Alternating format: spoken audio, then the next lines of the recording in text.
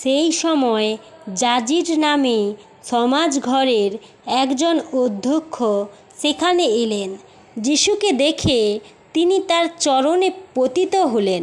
তিনি আকুলভাবে তার কাছে অনুনয় করলেন, আমার ছোট মেয়েটি মরণাপন্ন, আপনি দয়া করে আসুন ও তার উপরে হাত রাখুন, যেন সে আরোগ্য লাভ করে বাঁচতে পারে।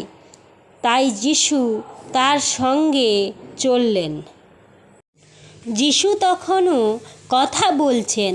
এমন সময় সেই সমাজ ঘরের অধ্যক্ষ জাজিরের বাড়ি থেকে কয়েকজন লোক এলো। তারা বলল, আপনার কন্যার মৃত্যু হয়েছে, আর কেন গুরু মহাশয়কে বিব্রত করবেন?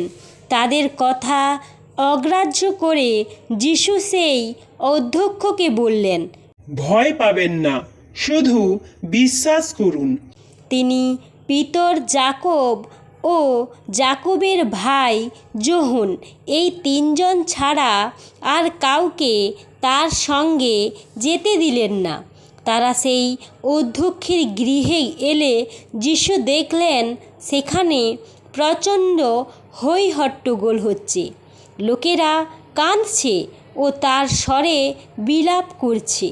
তিনি ভিতরে প্রবেশ করে তাদের বললেন, তোমরা এত হৈ হট্টগোল ও বিলাপ করছো কেন? বালকটি মরেনি, ও ঘুমিয়ে আছে। তারা কিন্তু তাকে উপহাস করল। তাদের সবাইকে বের করে দিয়ে তিনি বালকটির পিতামাতা ও তার সঙ্গী শিষ্যদের সঙ্গে নিয়ে মেয়েটি ভিতরে যেখানে ছিল সেখানে গেলেন।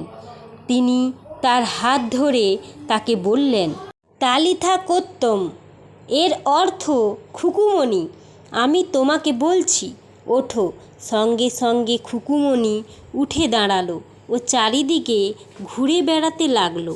তার বয়স ছিল 12 বছর। এতে তারা সম্পূর্ণরূপে বিস্ময় বিহ্বল হয়ে পড়ল। তিনি তাদের দৃঢ় আদেশ দিলেন, কেউ যেন এ বিষয়ে জানতে না পারে।